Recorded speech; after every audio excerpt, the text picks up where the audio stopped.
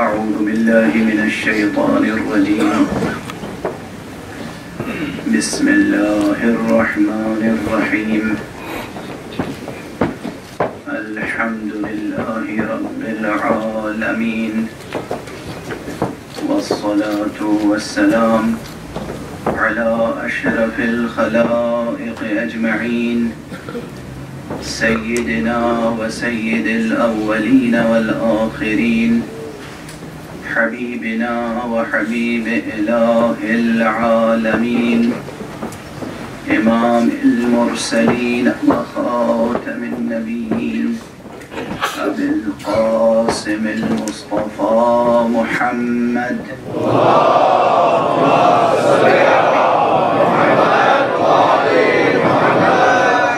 وعلى أهل بيته الطيبين الطاهرين الهداة المهديين المعصومين المظلومين، واللعنة الدائمة على أعداء الدين أجمعين. أما بعد، فقد قال الله تعالى عز اسمه في محكم كتابه ومتقن خطابه. بسم الله الرحمن الرحيم. الحمد لله الذي أنزل على عبده الكتاب ولم يجعل له عوجا قيما لينذر بأسا شديدا من لدنه ويبشر المؤمنين الذين يعملون الصالحات أن لهم أجرا حسنا ماكثين فيه أبدا. صدق الله العلي العظيم.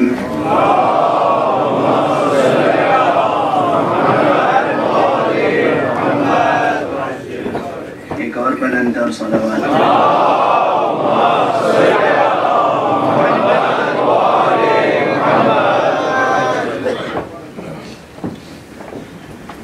برادران عزیز، سامعین گرامی اور مسلمانان حسینی، سورہ مبارکہ کہف، شان تلاوت حسین اور سورہ مبارکہ کہف اور شان تلاوت حسین کی روشنی میں مستقبل اور حسین کے عنوان پر گفتگو کا سلسلہ جاری ہے. میں نے پہلی یا دوسری ہی مجلس میں بڑی وضاحت کے ساتھ یہ بات عرض کر دی تھی کہ مستقبل کی تعمیر نہ کسی لمحے موہوم زمان پر مبنی ہو سکتی ہے اور نہ کسی ذرہ ناچیز مکان پر. یعنی اگر ایک جملے میں کہوں تو بس یہ کہ مستقبل کی تعمیر،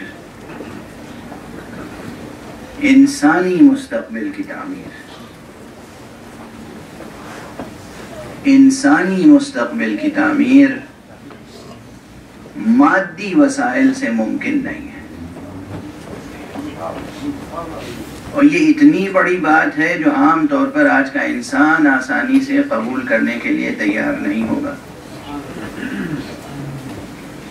اس لیے کہ ہم سب کے سب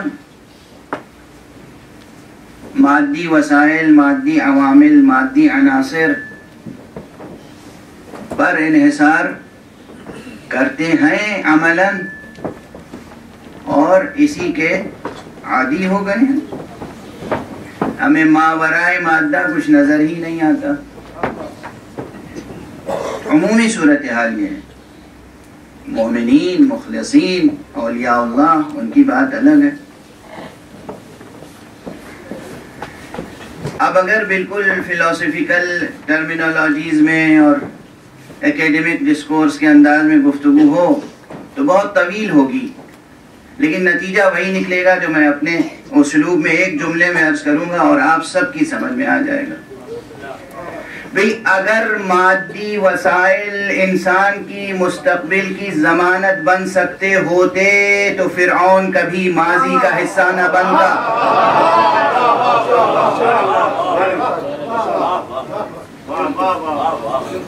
فرعون، نمرود، حامان، شداد یہ کبھی ماضی کا حصہ نہ بنتے. اس عہد کا، اس دور کا ہر مادی وسیلہ ان کے قبضے میں تھا، ان کے اختیار میں تھا. پھر وہ اپنا مستقبل محفوظ کیوں نہیں کر سکے؟ یہ تھیسس اس سے بہت مختلف ہے جو کارل مارکس نے دی ہے، اس سے بہت مختلف. اس کی نظر مادیات پر ہے. وہ یہ کہتے ہیں کہ جو مادی حالات ہوتے ہیں انہی حالات میں ان حالات کی ضد پنپتی ہے. ایک تھیسس ہے، ایک اینٹی تھیسس ہے. جو حالات ہیں موجودہ، انہی موجودہ حالات میں اس کی ضد پروان چڑھتی ہے، پنپتی ہے. اور پھر اس کے بعد تاریخ کا قدم آگے بڑھتا ہے، انقلاب آتا ہے. انقلاب میں مادی عناصر کام آتے ہیں.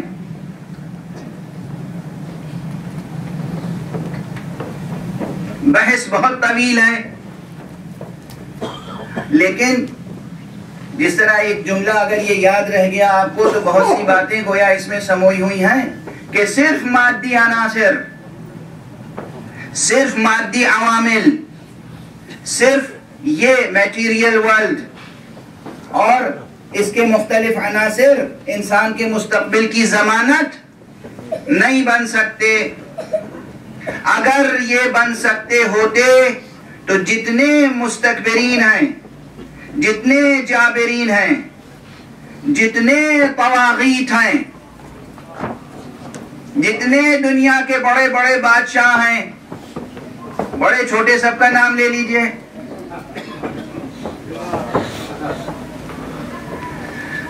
فرعون ماضی بن چکا، نمرود ماضی بن چکا، حامان ماضی بن چکا، شداد ماضی بن چکا، باغی شام ماضی بن چکا، یزید ماضی بن چکا، مگر نہ ابراہیم ماضی بنے، نہ موسیٰ ماضی بنے، نہ عیسیٰ ماضی بنے، نہ محمد ماضی بنے، نہ علی ماضی بنے، نہ حسین.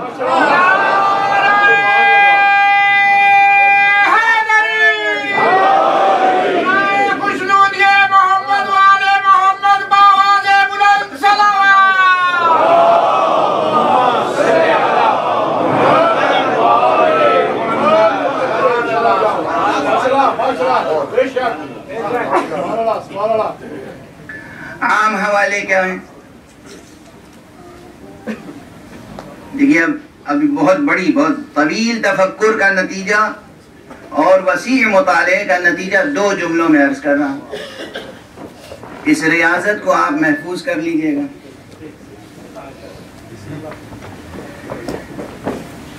انسان کے مستقبل، انسان کے انسانی مستقبل کی بنیاد، انسان کے روشن تابناک لازوال انسانی مستقبل کی بنیاد نہ زمان پر ہے، نہ مکان پر ہے، بلکہ کہہ چکا ہوں، یاد ہوگا، ایمان پر ہے، جوہر ایمان پر. اور جوہر ایمان کو بالکل بیس کی حیثیت حاصل ہے. جس طرح عام عمارتوں کے لیے یہ زمین خلا میں، فضا میں، ہوا میں محل تعمیر نہیں ہوتا، چاہے شیشے ہی کا محل ہو مگر تعمیر ہوتا ہے زمین پر. ہوا میں محل تعمیر نہیں ہوتا، ایک بیس چاہیے ہوتا ہے. اس مادی دنیا میں، اس زمکانی عالم میں، اس زمان و مکان سے عام اصطلاح، اس زمان و مکان کے عالم میں جو بھی عمارت بنتی ہے وہ اس زمین پر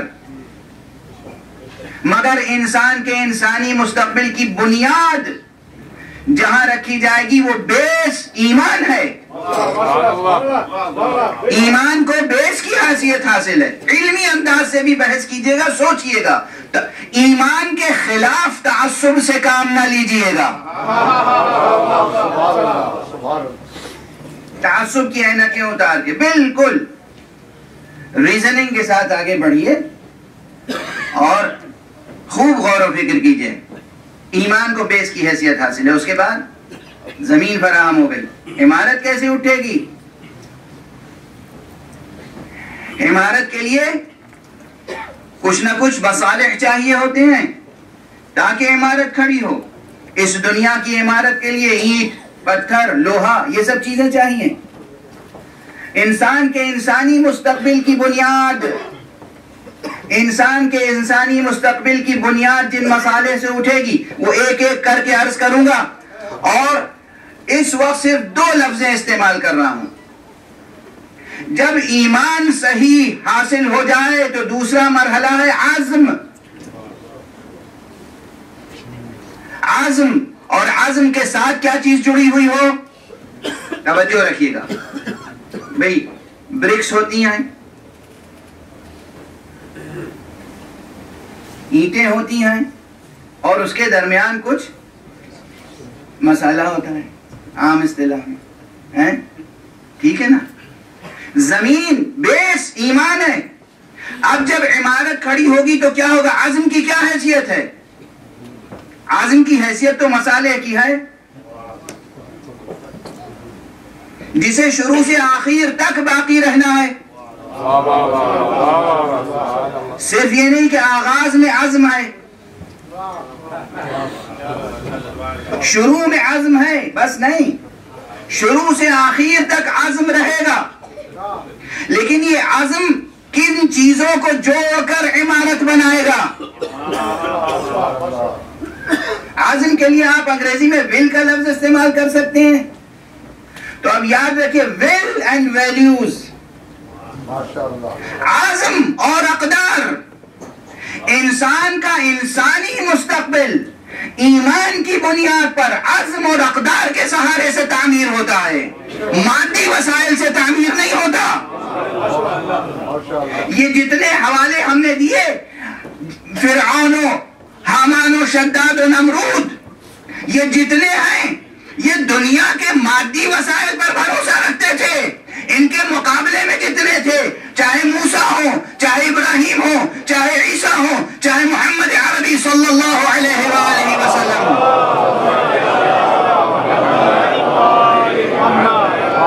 ان کا کل سرمایہ اقدار ہے. اقدار, ویلیوز.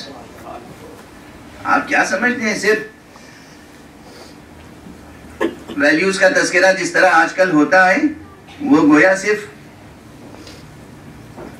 برائے بیت, صرف ایک سخن گسترانہ باتیں ہوتی ہیں بس. Moral excellence, ethics, values, human values, باتیں ہوتی ہیں. عمل اس کے برعکس ہے. یاد رکھیے, یہاں پر ایک بڑا جملہ عرض کرنے کی کوشش کر رہا ہوں. ویلیوز میں ایک بڑی قدر ہے جسے کہتے ہیں قدر وفا. وفا کا شمار کس میں؟ ویلیوز میں ہے نا. وفا کا شمار ویلیوز میں, وفاداری. وفا کی تعریف کیا ہے؟ ڈیفینیشن ہو گئی نا مشکل. ڈیفینیشن, ارے آبجیکٹیو چیزوں کی ڈیفینیشن تو ہو نہیں پاتی. ایک ایسی چیز جو کمپلیٹلی سبجیکٹیو ہے, اس کی آپ ڈیفینیشن کیسے مقرر و معین کر سکتے ہیں؟ جتنے بھی اقدار ہیں, اقدار میں سے کوئی بھی قدر ایسی نہیں ہے جس کی باقاعدہ آپ تعریف مقرر کر سکیں, مگر آسانی سے نہیں کر سکتے. کچھ کوشش کریں تو ہو بھی جائے گی. انسان ہے نا, انسانی کوشش کیجئے, انسانی کوشش کیجئے. تو ایک جملہ عرض کروں, وفا کی یہ تعریف شاید کتابوں میں آسانی سے نہ ملے یا شاید بالکل نہ ملے، اسی لیے میں طالب علمانہ سرور اور عجز کے ساتھ کہتا ہوں بہت سی باتیں کتابوں میں اس فقیر کے بعد درج ہوں گی، بہت سی تعریفیں ڈکشنریز میں ابھی نہیں ملیں گی، بعد میں ملیں گی آپ کو، اور وہ جو ڈکشنری میں ملیں گی میرے بعد وہی میرا اصلی وجود ہوگا، وہ میرا مستقبل ہوگا، وہ میرا مستقبل۔ تو یاد رکھیے، بس ایک جملہ عرض کر رہا ہوں کہ وفا کی تعریف کیا ہے؟ شاید یہ بالکل کہیں نہ ملے آپ کو وفا کی یہ تعریف۔ وفا کی اصل میں تعریف یہ ہے کہ انسان اپنے ایمان اور علم کے تقاضوں کے مطابق عمل کرے تو وفا ہے، ایمان اور علم کے مخالف عمل کرے تو بے وفائی۔ ایمان اور علم کے مطابق اگر عمل ہو تو اسی کا نام وفا ہے۔ سوچتے رہیے گا اسے، سوچتے رہیے گا۔ اب یہاں مشکل یہ ضرور ہے، بہت واضح بھی ہے بہت غامض بھی، یہ بات بہت واضح بھی ہے اور بہت گہری بھی۔ واضح اس لیے ہے کہ یہ سب صفتیں وجودی صفتیں ہیں، توجہ رکھنا عزیزوں، واضح اس لیے کہ سب صفتیں وجودی صفتیں، علم وجودی صفت ہے، ایمان وجودی صفت ہے، وفا وجودی صفت ہے، اور وجود کسی بھی تعریف سے مستغنی ہوتا ہے، وجود تعریف کا محتاج نہیں ہے۔ مشکل بحث ہو گئی، وجود تعریف کا محتاج ہے کیا؟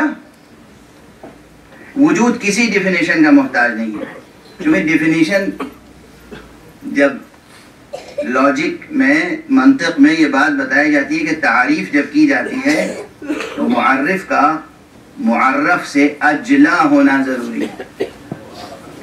یعنی کیا؟ یعنی یہ کہ جس چیز کی تعریف کی جا رہی ہے، تعریف اس لیے کی جا رہی ہے کہ وہ معلوم نہیں ہے، مجہول ہے، مجہول ہے اسی لیے تو اس کی تعریف کی جا رہی ہے تاکہ وہ معلوم ہو جائے۔ تو اس کو جو چیز مجہول ہے وہ چیز پہچانوا سکتی ہے جو اس سے زیادہ معلوم و مشہور ہو۔ فرض کیجئے مجھے کوئی نہیں پہچانتا اور مجھے یہاں کسی نے بلا لیا، وہ پہچانوانا چاہتا ہے تو وہ خود آپ کے سامنے معروف و مشہور ہونا چاہیے۔ جو خود معروف و مشہور ہوگا وہ مجھے پہچانوائے گا تو میں پہچانا جاؤں گا۔ جو خود ہی، اگر کسی کو کوئی خود ہی نہیں پہچانتا ہوگا تو وہ ہمیں کیا پہچانوائے گا؟ پہچانوانے والے ہی کو اگر کوئی نہیں پہچانتا ہوگا تو وہ کسی اور کو پہچانوائے گا کیا؟ اس لیے پہچانوانے والا اس سے زیادہ معروف اور مشہور ہونا چاہیے جسے پہچانوا رہا ہے۔ واضح ہے، بہت سامنے کی بات ہے۔ یہی بالکل یہی بات منطق میں کہی جاتی ہے کہ جب ہم ڈیفینیشنز کو ڈسکس کرتے ہیں تو جو چیز ڈیفائن کر رہے ہیں، جس چیز کی تعریف بیان کر رہے ہیں وہ چیز مجہول ہے۔ اب بیان کرنے کے لیے جس چیز کو لائیں گے ریفرنس میں وہ اس سے زیادہ معلوم، مشہور، معروف ہونی چاہیے۔ مشکل یہ ہے کہ اس پوری کائنات میں وجود سے زیادہ معروف کوئی شے نہیں ہے۔ بہت مشکل ہو گئی ہے نا، بالکل فلسفے کی بحث ہو گئی، فلسفے کی مبادیات ہے۔ اب مجھ میں طاقت نہیں ہے اور دامن وقت میں گنجائش نہیں ہے کہ میں اس مسئلے کو اور زیادہ واضح کروں، لیکن بس اتنا ذہن میں رکھ لیجئے کہ وجود، ایگزسٹنس، اس سے زیادہ واضح کوئی چیز نہیں ہے اور اس سے زیادہ مبہم بھی کوئی چیز نہیں ہے، کیونکہ جس چیز کی تعریف ممکن ہی نہ ہو وہ کتنی غامض، کتنی گہری، کتنی عظیم، کتنی پر اسرار ہوگی.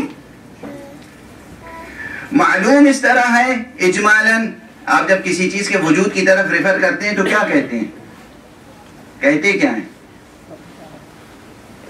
وجود کا لفظ بھی نہیں لاتے ہر وقت. وجود کا لفظ خود اپنی طرح پوشیدہ رہتا ہے. وجود کو ریفر کرتے ہیں اردو زبان میں، چونکہ اب اردو میں تقریر ہوتی ہے تو میں اردو زبان کا حوالہ دے دوں. صرف ایک لفظ ہے یا ہونا سے تعبیر کرتے ہیں. دو حرفی کلمہ ہے ہونا. یہ ممبر یہاں موجود ہے تو آپ کہیں گے ممبر ہے. یہ مائک یہاں موجود ہے تو آپ کہیں گے مائک ہے. موجود کا لفظ لانے کی ضرورت نہیں. یہ سامنے زمین ہے، زمین موجود ہے، آپ کہیں گے زمین ہے. آپ موجود ہیں، ہم کہیں گے آپ ہیں. جو چیزیں موجود ہیں ان کو صرف لفظ ہیں یا ہے کہہ کر سمجھ لیا جاتا ہے. اور جب کسی شخص سے گفتگو کریں، اب لفظ وجود پر بھی اگر آپ آ جائیں تو کسی سے اگر آپ کہیں کہ بھائی تم موجود ہو تو وہ آپ سے کہے گا موجود کے معنی کیا ہیں. دنیا میں کوئی آدمی موجود کے معنی آپ سے پوچھے گا؟ اس کے معنی ہے کہ موجود یا ہونے کے معنی اتنے واضح ہیں، اتنے آشکارا ہیں کہ کوئی اسکول گیا ہو یا نہ گیا ہو، کوئی پڑھا لکھا ہو یا پڑھا لکھا نہ ہو، کوئی جاہل ہو یا عالم ہو، ہونے کے معنی سب سمجھتے ہیں. اسی کو فلسفیوں نے غور و فکر کر کے کہا کہ وجود سب سے زیادہ معروف اور معلوم اور روشن حقیقت ہے. اس سے زیادہ روشن تر کوئی حقیقت نہیں ہے. یعنی کوئی نہیں ہے جو وجود کو پہچانوائے. ہر شے وجود کے سہارے سے پہچانی جاتی ہے. وجود کو پہچانوانے والی کوئی شے نہیں ہے. جس طرح وجود سب سے زیادہ روشن حقیقت ہے، اسی طرح وجودی حقائق علم موجود صفت ہے. اس لیے خود علم کی کوئی ڈیفینیشن مقرر کرنا بہت مشکل ہے. یہ آج تک philosophers knowledge, nature of knowledge, nature of knowledge, nature of knowledge, آج تک بحث چلی آ رہی ہے کہ نالج کسے کہتے ہیں، مگر اچھی طرح پرفیکٹ ڈیفینیشن آف نالج کہیں مل جائے ممکن نہیں ہے. سائنٹسٹ بیٹھے ہوئے ہیں اور یہ نیچے سے کہہ رہے ہیں تم ٹھیک کہہ رہے ہو.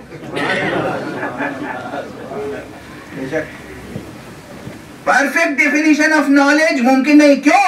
ارے وہ موجود حقیقت ہے. وجود میں علم موجود ہے.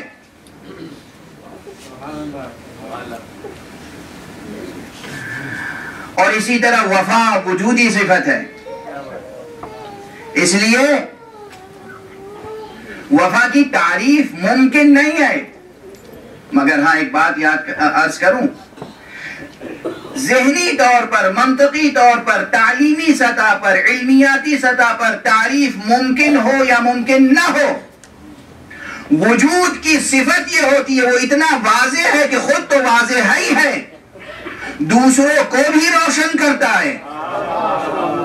اگر کوئی واقعاً وجودی اوصاف پر بھروسہ کرے تو نہ اسے زمان کا سہارا لینا ہوگا نہ مکان کا سہارا لینا ہوگا. وہ خالص وجودی اوصاف کے ذریعے سے اپنا مستقبل تعمیر کر سکتا ہے.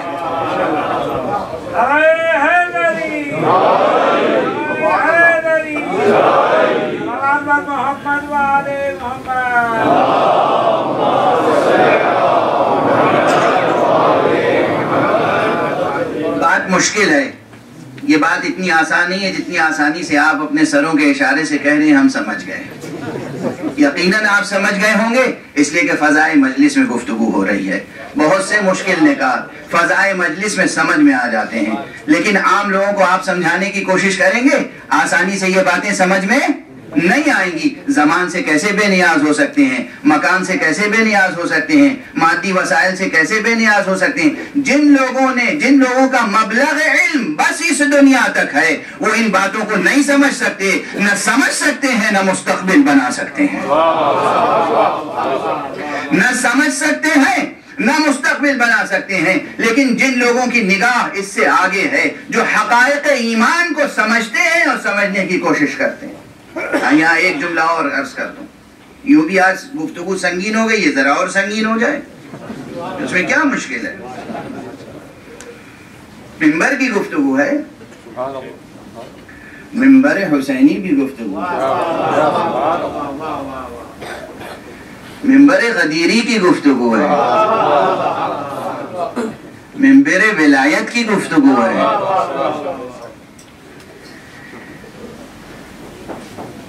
دیکھیے بہت سے حضرات, کیونکہ ابھی بہت سی باتیں عرض کرنی ہیں, اگلی 2-3 تقریروں میں مجھے بہت سی باتیں عرض کرنی ہیں. میں نے وعدہ کیا ہے کہ کم از کم سورہ مبارکہ کہف کا پورا مضمون ضرور عرض کر دوں گا, خلاصہ مضمون. اگرچہ آیت با آیت اگر گفتگو آگے بڑھے گی تو ابھی 10 آیتیں بھی مکمل نہیں کر سکا ہوں.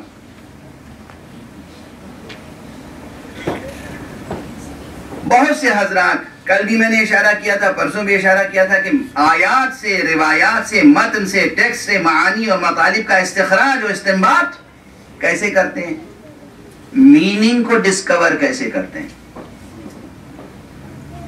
میننگز کے اوپر بھی تو کور ہے نا, یہ الفاظ کا کور. میں بہت مرتبہ یہ جملہ دہرا چکا ہوں, اپنا پھر دہرا دوں. ڈکشنریز میں لوگ میننگ تلاش کرتے ہیں, ڈکشنری میں میننگ نہیں ملتی, ڈکشنری میں معانی نہیں ہوتے, ڈکشنری میں لفظ کے بدلے لفظ مل جاتا ہے,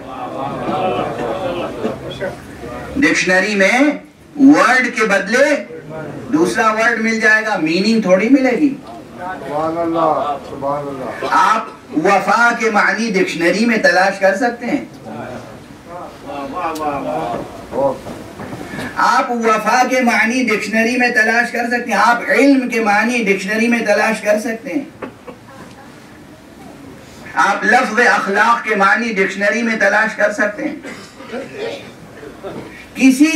کسی لفظ کے معنی ڈکشنری میں نہیں ملتے. پرانی جو کئی بار مثال دے چکا ہوں کہ پانی, لفظ پانی, اس کے معنی ڈکشنری میں تلاش کر سکتے ہیں. انگریزی میں پانی کو واٹر کہتے ہیں, اردو میں پانی کہتے ہیں. آپ انگلش اردو ڈکشنری اٹھا کے دیکھیں گے, ایک طرف ورڈ لکھا ہوگا واٹر, دوسری طرف ورڈ لکھا ہوگا پانی. پانی وہاں نہیں ہوگا. واضح ہے نا یہ بات. کسی وجہ سے میں عرض کرتا ہوں. آپ کیا سمجھتے ہیں کہ یہ کیا علمی لطیفے ہیں جو سنا رہا ہوں؟ کسی وجہ سے میں یہ باتیں عرض کرتا ہوں. جہان مادی سے جہان معنی تک پرواز کرنی ہے. ابھی ہم جہاں ہیں یہ جہان معنی ہے, یہ جہان مادی ہے. ہمیں, میں اکثر عرض کرتا ہوں, ڈکشنری میں, کتاب لغت میں لفظ کے معنی نہیں ملتے. معنی تو ہر معنی اپنے جہان معنی میں ملتا ہے. علم کے معنی کسی ڈکشنری میں نہیں ملیں گے. ذات محمد و علی تک پہنچ جاؤ, علم کے معنی مل جائیں گے.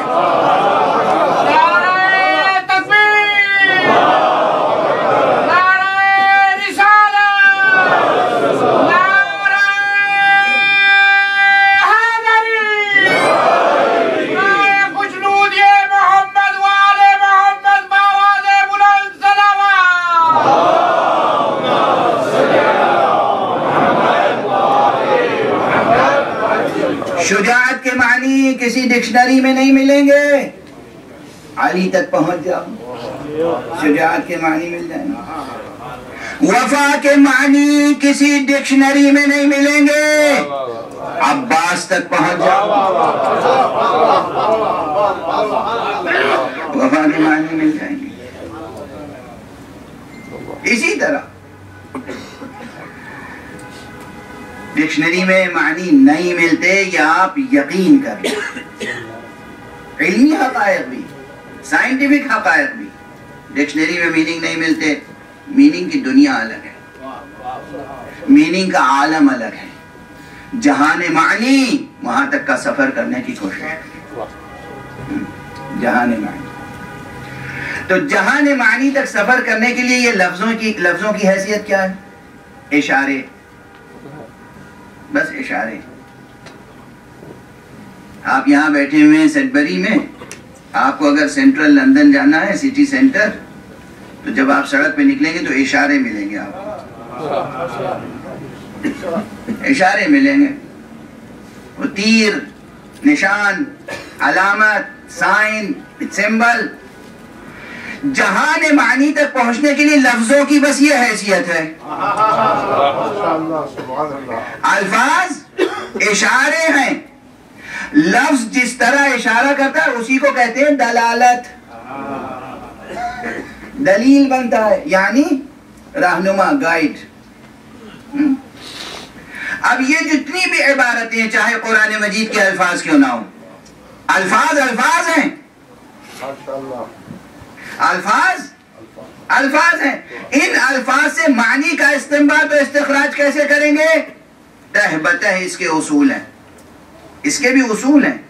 توجہ رکھیے گا، ایک اہم بات کہہ کے آگے بڑھنا چاہتا ہوں. وقت تیزی سے گزر رہا ہے مگر پیغام دور تک پہنچانا چاہتا ہوں.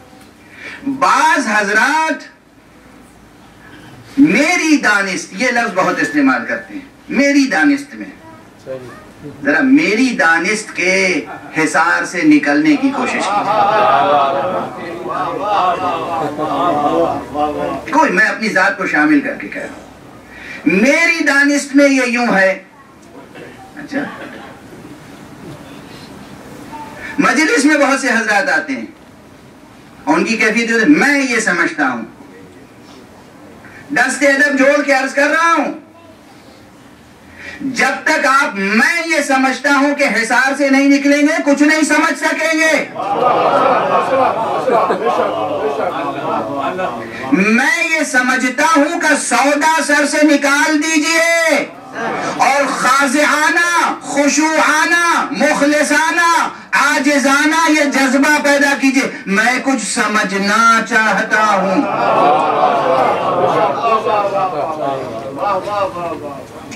میں سمجھتا ہوں نہیں، میں سمجھنا چاہتا ہوں. مسلسل. میں پھر حوالہ دے رہا ہوں. کل میرے پاس بیٹھے ہوئے تھے مستند سائنٹسٹ ہیں، پوری زندگی سائنس میں بسر کی ہے، اور کس عاجزی سے کہا ہم سائنس تھوڑی سمجھتے ہیں، ہم سائنٹسٹ تھوڑی ہیں. ہم تو جو کچھ پڑھتے ہیں اس کے بعد کچھ سمجھ میں آتا ہے. اتنا سمجھ میں آتا ہے کہ کہیں اور کچھ میٹا فزکس ہے، کہیں اور کچھ علم تو کہیں اور ہے. کیا عاجزی ہے. زندگی بھر درس و تدریس اور تحقیق اور ریسرچ کے بعد ایک انسان کہہ رہا ہے کہ ہم سائنٹسٹ تھوڑی ہیں. اور ہمارے یہاں بعض لوگوں کی کیفیت یہ ہے کہ ترجمہ قرآن کا پڑھ لیا اور سمجھتے ہیں کہ علم قرآن کا احاطہ ہو گیا. مثلاً واجب اور حرام کیسے ثابت ہوتا ہے بھائی؟ کوئی چیز واجب ہے، اب کسی صاحب کو ایک چیز بس سن لی کہیں یا پڑھ لی کہ صیغہ امر دلالت کرتا ہے وجود پر. ارے جناب والا، صیغہ امر کی دلالت وجوب پر ظواہر الفاظ سے متعلق ہے. اس میں اور نہ جانے کتنی بحثیں ہیں کہ واقعاً ہر جگہ صیغہ امر وجوب پہ دلالت کرتا بھی ہے یا نہیں. جملہ خبریہ کی دلالت وجوب پر صیغہ امر سے کہیں زیادہ قوی اور مضبوط ہوتی ہے. بالکل ٹیکنیکل بحث ہے مگر کسی غرض سے میں نے عرض کی. صیغہ امر میں کہا اقیموا الصلاۃ، نماز قائم کرو. اقیموا صیغہ امر ہے مگر تنہا اقیموا کا ظہور وجوب ثابت کرنے کے لیے کافی نہیں ہے. اور کہیں کہیں جملے میں صیغہ امر نہیں ہوتا، آرڈر نہیں ہوتا، خبر ہوتی ہے، لیکن وہ جملہ خبریہ جو ہے اس کی دلالت وجوب پر کہیں زیادہ ہوتی ہے۔ کتب علیکم الصیام کما کتب علی الذین من قبلکم، تمہارے اوپر روزہ لکھ دیا گیا ہے جیسے تم سے پہلے لوگوں پر لکھا گیا تھا، جملہ خبریہ ہے۔ ٹھیک ہے، آپ اسے کہیے یہ تو نص ہے، نص ہے۔ اس کے علاوہ بہت سی ایسی مثالیں ہیں جہاں جملہ خبریہ ہے مگر وہ وجوب پر دلالت کرتا ہے، یعنی کرنا ہے، وہ چھوڑ نہیں سکتے۔ اور پھر بہت سے مقامات ایسے ہیں جہاں اگر کوئی بات پروردگار عالم کہے، خدا کی قسم یہ جملہ بھی، یہ بات بھی میں اس سے پہلے متعدد بار کہہ چکا ہوں مگر بار بار کہنے کی ہے، ہمیشہ کہتا رہوں گا، جب تک زندگی رہے گی کہتا رہوں گا۔ قرآن مجید میں بہت سی عبادتوں کا حکم دیا گیا ہے، بہت سے احکام نافذ کیے گئے ہیں، بہت سے واجبات آپ پر عائد کیے گئے ہیں، بہت سی عبادتیں آپ پر عائد کی گئی ہیں۔ نماز پڑھو، روزہ رکھو، زکوٰۃ دو، حج کرو، جہاد کرو، امر بالمعروف کرو، نہی عن المنکر کرو، بہت سی باتیں آپ کو کہی گئیں۔ پورے قرآن مجید میں ہر امر، ہر حکم، ہر عبادت کو پروردگار عالم نے کہا تم یہ کرو، میرے بندو تم یہ کرو، ایمان لانے والوں تم یہ کرو، مسلمانوں تم یہ کرو، انسانوں تم یہ کرو۔ مگر ایک عبادت ایسی ہے جہاں پروردگار نے کہا دیکھو بے شک بتحقیق اللہ اور اس کے ملائکہ یہ کرتے ہیں۔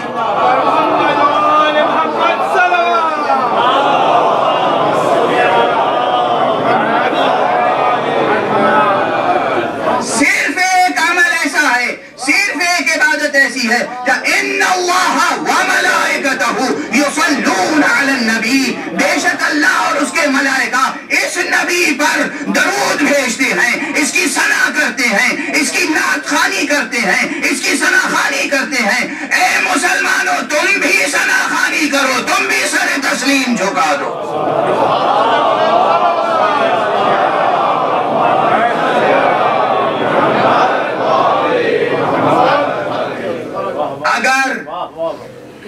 اگر بعد میں حکم نہ ہوتا صراحتاً یا ایھا الذین آمنوا صلوا علیہ وسلموا تسلیما، یہ نبی ہوتا، اگر صرف یہ اطلاع، یہ اعلان کرتا پروردگار کہ اللہ اس نبی پہ درود بھیجتا ہے، تو ہمارے لیے درود بھیجنے کا جواز تھا کہ نہیں؟ اور ہمارے یہاں یا ہم یہ کہہ کے گزر جاتے کہ اللہ کرتا ہے، یہ اس نے کہا تھوڑی ہے کہ تم بھی کرو۔ ایک صلوات پڑھ دیجئے محمد۔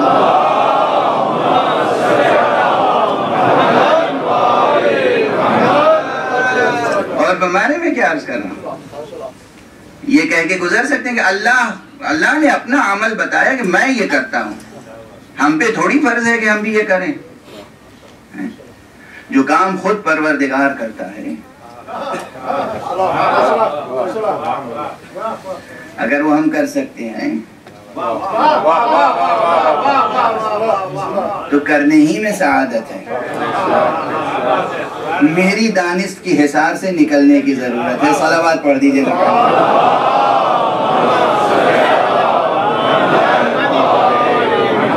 ایک اور صلوات پڑھیے۔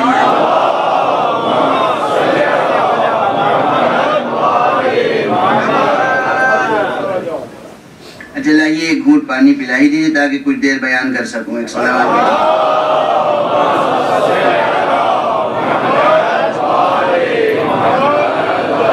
خوشنود محمد والے محمد باواز بلند صلوات۔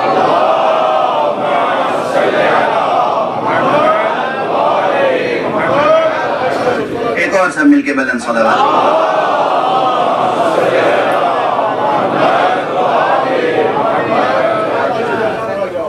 یہ بات میں نے یہاں تک اس طرح پہنچائی کہ بہت سے احکام سے متعلق بھی ذہنوں میں شکوک و شبہات ہیں، اور بہت سی وہ مطالب جو میں عرض کر رہا ہوں۔ کل ایک مثال دی تھی کہ قرآن مجید کے استعاروں کو اگر ہم سمجھیں تو سمجھیں گے علی کا تذکرہ کہاں کہاں۔ قرآن مجید کے بیانات کے اسالیب ہیں، اسالیب قرآن میں ابھی نہ جانے کس قدر گہرائی میں اترنے کی ضرورت ہے۔ قرآن کس کس طرح سے اپنی بات کہتا ہے، کس کس انداز سے بات کہتا ہے۔ سورہ مبارکہ کہف کی آیتیں جہاں تک میں نے پڑھی ہیں، اجازت دیجئے کہ 1 یا 2 آیتیں اور پڑھ کر آگے بڑھوں۔ اور یہ وہ مقام ہے جہاں یہ بات سمجھ میں آئے گی۔ میں نے عرض کیا تھا صرف ابتدائی جو روایت ہے، ابتدائی 10 آیتیں سرکار ابو عبداللہ الحسین علیہ السلام نے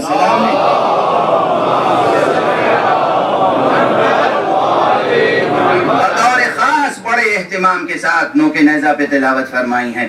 بسم اللہ الرحمن الرحیم، الحمدللہ الذی انزل علی عبدہ الکتاب ولم يجعل له عوجا قيما لينذر بأسا شديدا من لدنه ويبشر المؤمنين الذين يعملون الصالحات أن لهم أجرا حسنا ماكثين فيه أبدا۔ یہاں تک میں ترجمہ مکرر آپ کے سامنے عرض کر چکا ہوں۔ حمد ہے، ستائش ہے اس پروردگار کے لیے کہ جس نے اپنے بندے پر کتاب نازل فرمائی۔ بار بار مجھ سے سوال ہوتا ہے اور آج بھی تازہ سوالات مجھے بھیجے گئے کہ آقا امام حسین نے سورہ کہف کی تلاوت کیوں فرمائی؟ اس موضوع پر تھوڑی دیر صبر کر لیں، کچھ مطالب عرض کرنے دیں۔ اس موضوع پر خود کراچی میں نے بعض مجلسوں میں کچھ نکات، کچھ مطالب عرض کیے تھے، اور یاد آتا ہے کہ بعض نکات، بعض مطالب ملتان کی کسی مجلس میں عرض کیے تھے، اور اس عشرے میں انشاءاللہ بالترتیب کچھ باتیں عرض کرنے کی کوشش کر رہا ہوں، اور ان تمام مطالب کا خلاصہ انشاءاللہ آخری مجلس میں گزارش کرنے کی کوشش کروں گا۔ جس وقت سرکار سید الشہداء کا ظہور تاریخ میں ہوا ہے،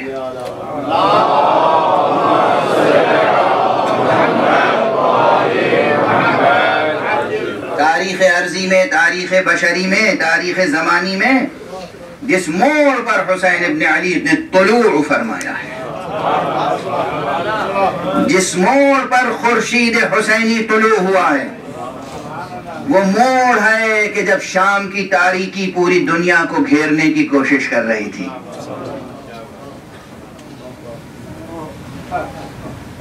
اس وقت حسین کا سورج طلوع ہوا تاکہ روشنی بکھر جائے۔ شام کی تاریکی کی آواز کیا تھی؟ تاریکی شام چیخ چیخ کر کہہ رہی تھی،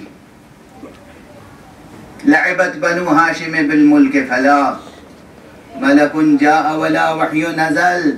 بنو ہاشم نے حکومت قائم کرنے کے لیے، اقتدار قائم کرنے کے لیے صرف ایک ڈھونگ رچا ہے، ورنہ نہ کوئی وحی نازل ہوئی، نہ کوئی فرشتہ آیا۔ یہ آواز تھی تاریکی شام کی۔ خورشید حسینی نے پڑھنا شروع کیا، الحمدللہ الذی انزل علی عبدہ الکتاب۔ ارے حمد ہے اس پروردگار کے لیے جس نے اپنے بندے پہ کتاب نازل کی۔ وحی کا انکار کرنے والے اگر جبرائیل کو نہیں سنا ہے تو مجھے سن لے۔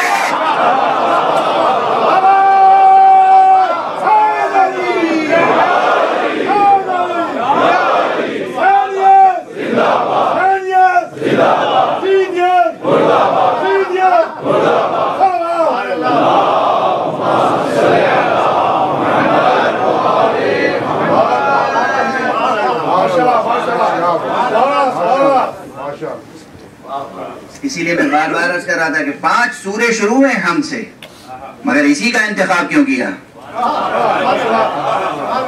جو میں سوالات قائم کرتا ہوں تو اسی لیے قائم کرتا ہوں تاکہ آپ بھی فکر میں شامل ہو جائیں، آپ بھی سوچنا شروع کریں، کچھ ہوم ورک بھی ہو، صرف سننے کے عادی نہ ہو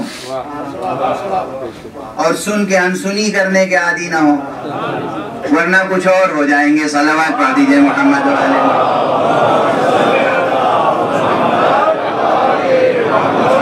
ایک بلند صلوات پڑھ دیجئے۔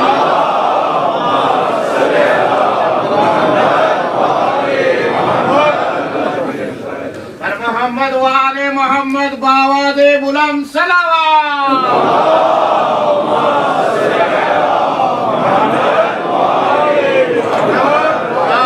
خوشنود یہ امام زمان باواد بلند صلوات۔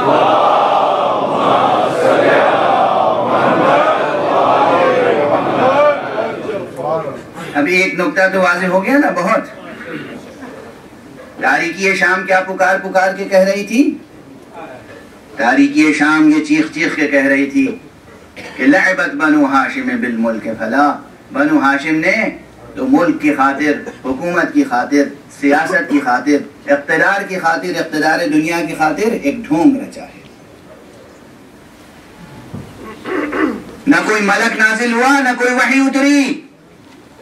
خورشید حسینی نے کیا روشنی بکھیری. الحمدللہ الذی انزل علی عبدہ الکتاب.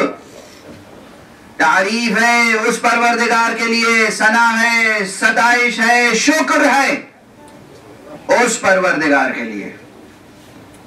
دیکھیے وقت کی تنگ دامنی اور میری بیچارگی. صرف الحمد میں کتنے معنی ہیں عرض نہیں کر سکا. ثنا کے الگ معنی ہیں جو حمد میں سموئے ہوئے ہیں. شکر کے الگ معنی ہیں جو حمد میں سموئے ہوئے ہیں. وضاحت نہیں کر سکا نا اب تک.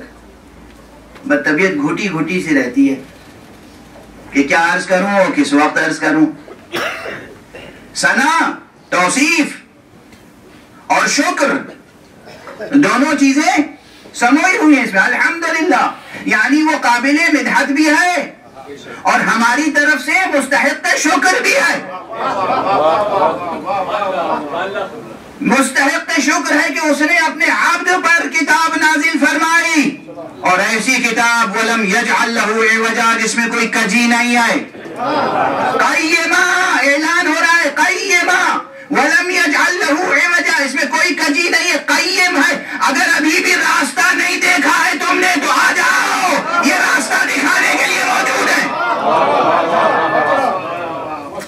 محمد والے محمد بابا دے بلند صلوات.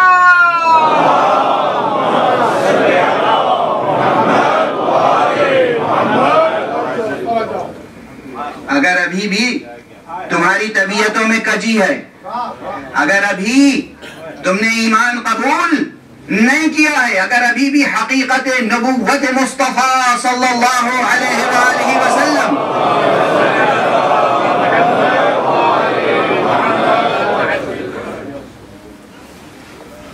پر ایمان نہیں لائے ہو تو قیمن یہ لطف ربوبیت ہے کہ رب اکبر نے لسان سرکار سید الشہداء پہ ان آیتوں کو جاری فرمایا، اور یہ لطف ولایت حسینی ہے.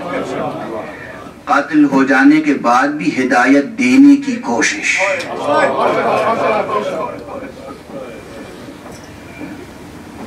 تھوڑی دیر ضبط کر لیجیے، مگر اب وقت نہیں ہے. اچھا کر بس اب نہیں پڑھوں گا، طاقت بھی ساتھ نہیں دے رہی ہے، اور آج 8 محرم ہے نا.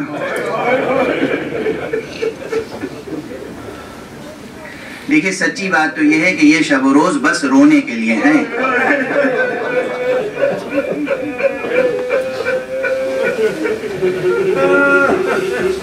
یہ تو لطف مولا ہے. جیسے میں نے ابھی کہا قتل ہو جانے کے بعد بھی ہدایت دینے کی کوشش، تو یہ انہی کی طرف سے اجازت ہے کہ دیکھو ہمارے نام پر فرش عزا بچھاؤ، مجلس کرو، لوگوں کو تفسیر سناؤ، لوگوں کو اخلاق کی باتیں سکھاؤ، لوگوں کو بتاؤ کہ ان کا مستقبل کیسے سنور سکتا ہے. مگر اس مجلسوں کا اصل مقصد تو حسین پر ماتم کرنا ہے.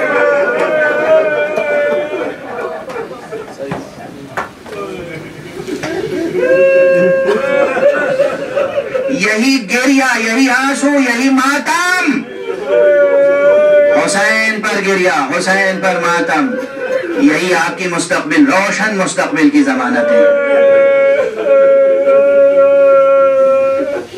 شب ہشتم ہے، 8ویں محرم کی شب ہے. یہاں اس عزا خانے کے روایتوں کے مطابق آج اس علمدار با وفا کا ماتم کرتے ہیں جس کا نام عباس ہے. کس میں طاقت ہے جو عباس کی تعریف کر سکے؟ کس میں طاقت ہے جو جناب عباس کے فضائل بیان کر سکے؟ اس میں طاقت ہے جو جناب عباس کی شجاعتوں کا بیان کر سکے؟ اس میں حوصلہ ہے، طاقت ہے کہ وہ جناب عباس کی وفا کا کمال بیان کر سکے. کیسا جذبہ وفاداری تھا، کتنا جذبہ وفاداری تھا، کتنی مستحکم وفا تھی. پیکر وفا عباس ہیں، پیکر وفا. حالانکہ اب بڑی سخت بات ہے جو عرض کر رہا ہوں، دل نہیں چاہ رہا ہے، مگر درس کی خاطر، تعلیم کی خاطر. جناب عباس کی والدہ فاطمہ زہرا نہیں ہیں، مگر شان وفائے عباس یہ ہے کہ فاطمہ عباس کو اپنا بیٹا سمجھتی ہے.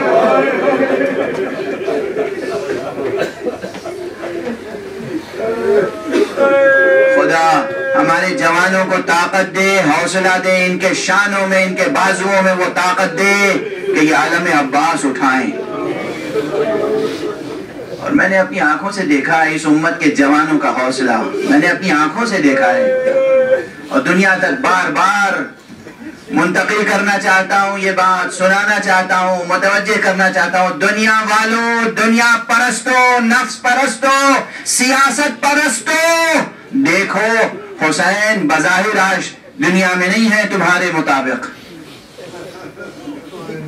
بظاہر آج حسین دنیا میں نہیں ہے، مگر یہ حسین کے پروانے. مجھے وہ دن نہیں بھولتا، عاشور کا دن، جس دن کراچی میں جلوس جا رہا تھا اور وہاں بم بلاسٹ ہوا. دنیا بھر کے ٹیلی ویژنز کی نگاہیں بھی لگی ہوئی تھیں. کوئی نہیں کہہ سکتا، علم اٹھانے والوں کے ٹکڑے ٹکڑے ہو گئے، مگر کوئی علم زمین پر گرنے نہیں دیا.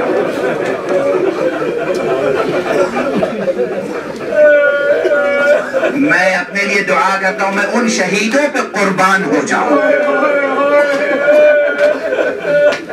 کربلا کے شہیدوں کا مرتبہ تو بہت بڑا ہے. امام حسین کے ساتھ جو شہید ہوئے ان کا رتبہ بہت بلند ہے. اب جو جملہ کہوں گا لوگ برداشت نہیں کر سکیں گے. جو حسین کے ساتھ شہید ہوئے کربلا میں ان کا رتبہ خضر و الیاس سے بلند ہے. ان کا رتبہ بھی بہت سے نبیوں سے بلند ہے جو حسین کے ساتھ شہید ہوئے. ہم ان کا تو مقابلہ نہیں کر سکتے. یہ جو عزادار، عام عزادار، یہ عزادار جو شہید ہو رہے ہیں عشق حسینی میں، کاش پروردگار مجھے ان کی زندگیوں پر نچھاور کر دے. میں اسے اپنی زندگی کی کامیابی سمجھوں گا. یہ ان جوانوں میں کیسی طاقت آ گئی تھی. بم بلاسٹ ہوا، اس کی آواز، دور بیٹھے ہوئے لوگ صرف آواز سن کر دل کی دھڑکنیں بند ہو جاتی ہیں، غش کھا کے زمین پر گر جاتے ہیں. یہاں اعضاء ٹکڑے ٹکڑے ہو رہے ہیں مگر علم اٹھا ہوا ہے.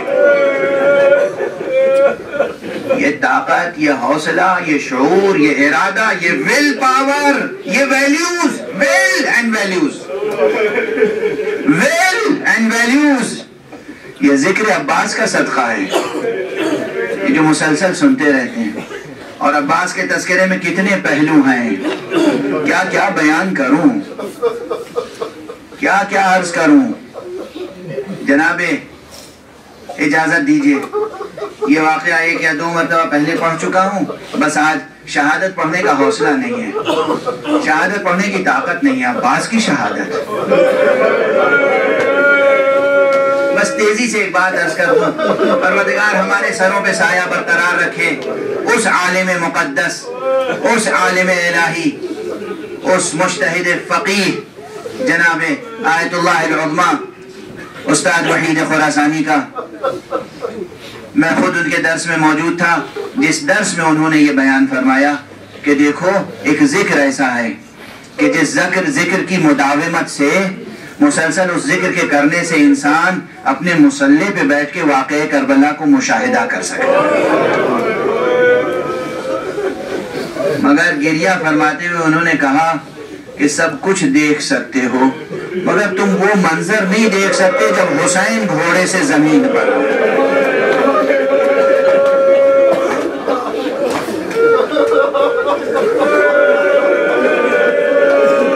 سنیں بس دو جملے عرض کر رہا ہوں. پھر آپ علم اٹھائیے گا اور آقا عباس کا تذکرہ کیجیے گا. یہ فقیر اور ہمارے ایک ساتھی قوم میں ابھی موجود ہیں. ہم دونوں نے بہت کوشش کی, آقا کی خدمت میں گئے, ان کے گھر پہ گئے, بار بار اس عمل کی جستجو میں رہے, اس ذکر کی جستجو میں رہے.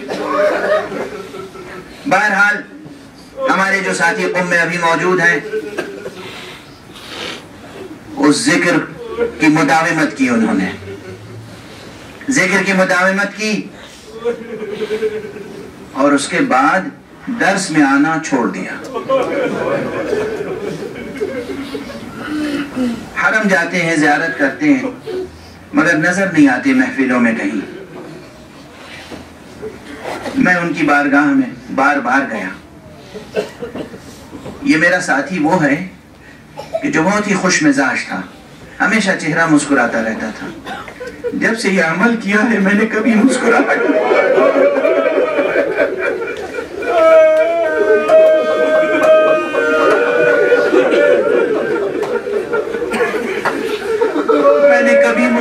نہیں دی.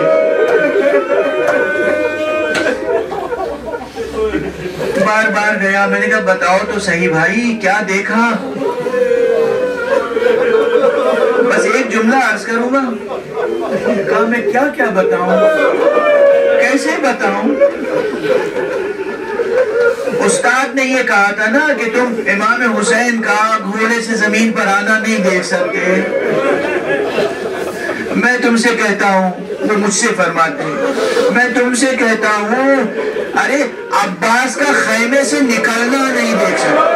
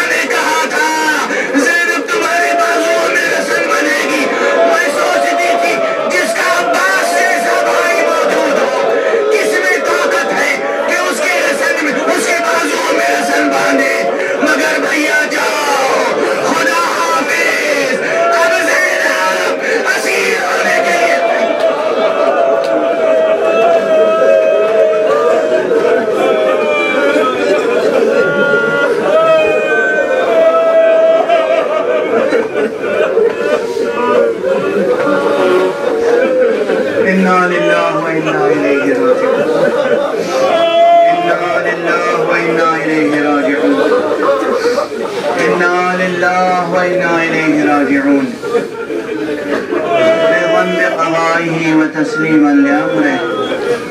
پروردگار ہمیں علوم قرآن اور معارف اہل بیت سے آشنا فرما. پروردگار معبود آقا حسین کے ماتمیوں کا مستقبل روشن فرما. پروردگار عالم بشری بے چینیوں اور بے امنیوں میں شکار ہے.